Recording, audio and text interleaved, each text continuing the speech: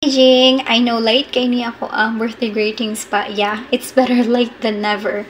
But yeah, happy birthday to you, and I hope this special day brings much joy and blessings, and may every day of your life be filled with love, happiness, and grace together with your family.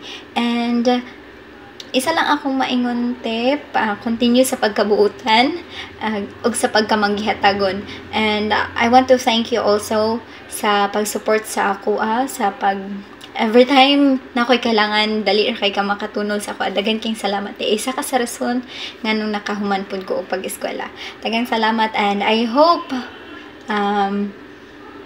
malipayon ka sa pagsaulog sa imuhang pag-birthday sa imuhang birthday, og I hope may hinaot ko nga daghan pang mga katuigan nga moabot pa kanimo.